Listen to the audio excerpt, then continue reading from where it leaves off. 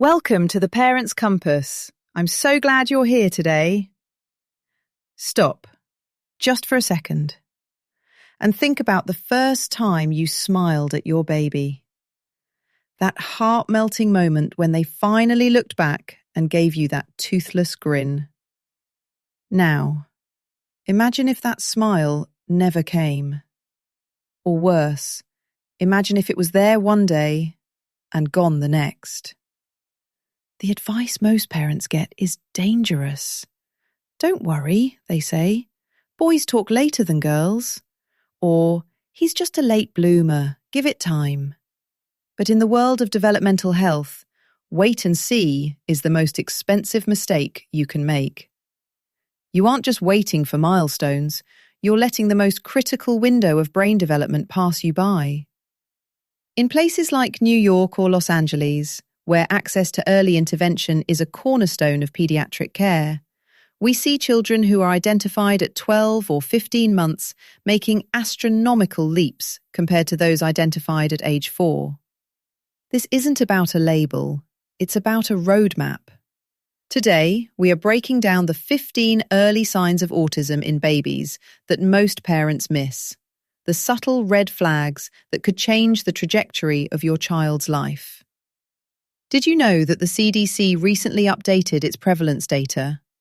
1 in 36 children in the US is now identified with autism spectrum disorder. That is nearly 3% of all children.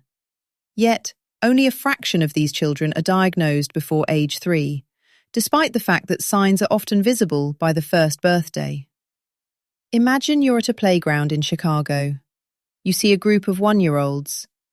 Most are pointing at dogs, looking back at their mums for approval, and babbling away. But then there's one child, sitting in the wood chips, perfectly content to let them fall through his fingers for 30 minutes straight, never once looking up when his name is called. To a casual observer, he's just a good, quiet baby. To a trained eye, he is screaming for help in the only way he knows how, through silence. Why is this so critical? Because of neuroplasticity. Between birth and age 3, the brain is like wet cement. You can shape it, redirect it, and build new pathways with far less effort than you can once that cement has hardened. When we miss these early signs, we aren't just missing a diagnosis, we are missing the chance to teach a child's brain how to learn. Let's look at the wait and see trap. A study from the University of Washington found that parents who noticed signs before 18 months but were told to wait by their doctors reported significantly higher levels of stress and a sense of lost time once the diagnosis finally came at age 4 or 5. The difference is life-altering. Early intervention doesn't cure autism, but it provides the tools for a child to navigate a world that wasn't built for them. Now, let's get into the 15 signs. We've categorized these into social, communication, and sensory motor red flags. Remember, no single sign means a child has autism. We are looking for a pattern of behaviors. Sign number 1, poor eye contact. This is often the earliest indicator. A typical 2-month-old will seek out your eyes. An infant at risk for autism might look at your hairline, your ears, or the ceiling fan behind you. Sign number 2, lack of social smiling. If your baby is 6 months old and doesn't smile back when you're being silly, that's a red flag.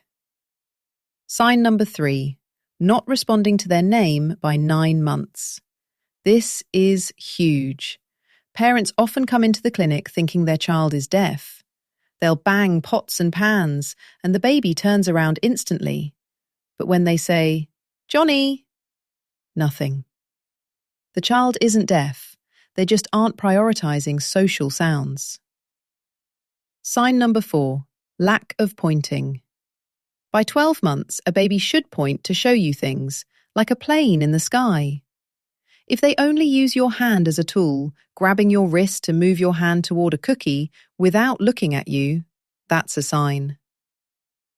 Sign number 5, not showing items. Does your baby bring you a toy just to show it to you? Not because they want you to fix it, but just to say, look. This is called joint attention. Lack of it is a major indicator. Sign number 6, unusual visual tracking. Does your baby look at toys out of the corners of their eyes? Or do they get stuck staring at a spinning wheel or a flickering light for long periods? Sign number 7, repetitive movements. We call this stimming. It might look like hand flapping when they're excited, or rocking back and forth in the high chair. Sign number 8, limited facial expressions. A baby who has a blank or very serious expression most of the time, even during play, needs to be monitored. Sign number 9, lack of babbling by 12 months. They should be making ba ba ba or da da da sounds. Sign 10, no gestures. By 12 months, they should be waving bye bye or shaking their head no. If they don't use their body to communicate, it's a red flag. Sign 11, unusual sensory reactions. Does your baby scream in agony at the sound of a vacuum cleaner? Or do they seem to have a high pain tolerance, not crying even when they take a hard fall? Sign 12, difficulty with transitions.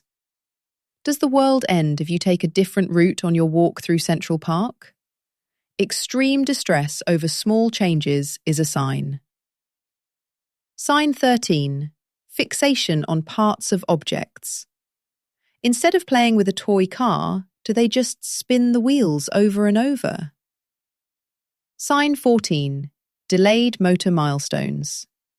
While not always present, some babies with autism are floppy or have delays in sitting up or crawling. And finally, sign 15, the most important one, regression. If your child had 5 words at 14 months, and by 16 months they are gone, this is a medical emergency. You do not wait. You do not see. You act immediately. Let's talk science for a second. The American Academy of Pediatrics, or the AAP, recommends that all children be screened for autism at 18 and 24 months. But many experts now say that's too late. Researchers at the Kennedy Krieger Institute have found that signs can be reliably detected as early as 6 to 12 months using specialized observation tools. There was a landmark study published in Nature that used eye tracking technology on infants. They found that babies who were later diagnosed with autism began to show a decline in eye contact starting as early as 2 months of age. 2 months! This proves that the biological markers are there long before the behavioral signs become obvious to a casual observer. I want to share a story about a mum named Sarah in Seattle. Her son, Leo, was a perfect baby. He slept through the night at 3 months. He didn't cry when she left the room. Sarah thought she had hit the parenting jackpot. But at Leo's first birthday, she realized he didn't care about his cake. He didn't look at her when she sang Happy Birthday. He was just staring at the candle. Sarah didn't wait. She pushed for an evaluation. Leo started 20 hours a week of Early Start Denver model therapy at 15 months. Today, Leo is 5. He's in a mainstream kindergarten in downtown Seattle. He still has autism, but he can communicate his needs. He has friends, and he is thriving. If Sarah had waited until Leo was 4, the outcome would likely be very different. So, what do you do if you're worried? I want to give you a 4-week advocacy plan. This is how you move from worrying to acting. Week 1. Observation and documentation. Don't just rely on your memory. In your phone, keep a log. Every time you see a red flag, write down the time and what happened. Also, record video. If your baby does something unusual, like flapping their hands or staring at a light, Get it on camera. Pediatricians often only see your baby for 15 minutes in a bright, scary office. They need to see what happens at home in the living room. Week 2. The MChat. Go online and search for the MChat R/F. It stands for the Modified Checklist for Autism in Toddlers. It's a free, validated screening tool. Take it. Be honest. If your child scores in the medium or high risk category, print it out. This is your evidence. Week 3. The Pediatrician Pivot. Schedule an appointment specifically for a developmental concern. Do not bring it up at a regular well baby checkup where the doctor is rushed. Walk in, show the videos, show the MChat, and use the magic words. Those words are, I want a referral for a formal developmental evaluation and an audiology exam. If the doctor says, let's wait, you say, I understand your perspective, but I would prefer to rule this out now rather than wait. Please note my request for a referral in his medical record. Week 4. Early intervention. In the United States, every state has a Birth to 3 program. You do not need a doctor's referral to call them. They will come to your home and evaluate your child for free. If you're in a city like Boston or Philadelphia, these programs are robust. Call them. Get the ball rolling while you wait for the private specialists. Remember, your intuition as a parent is your most powerful tool. If you feel like something is off, it probably is. It might not be autism. It could be a hearing issue, a speech delay, or just a quirk. But wouldn't you rather know for sure? You are your child's first and best advocate. Don't let anyone, not even a doctor, tell you to ignore your gut. Early awareness isn't about fear. It's about empowerment. Thank you for joining me on the Parents' Compass. If you found this helpful, please share it with another parent who might be sitting at home, wondering and worrying. Knowledge is the first step toward a brighter future for our kids. I'll see you in the next episode, where we'll dive deep into what to do after the diagnosis. Stay strong and keep watching those milestones.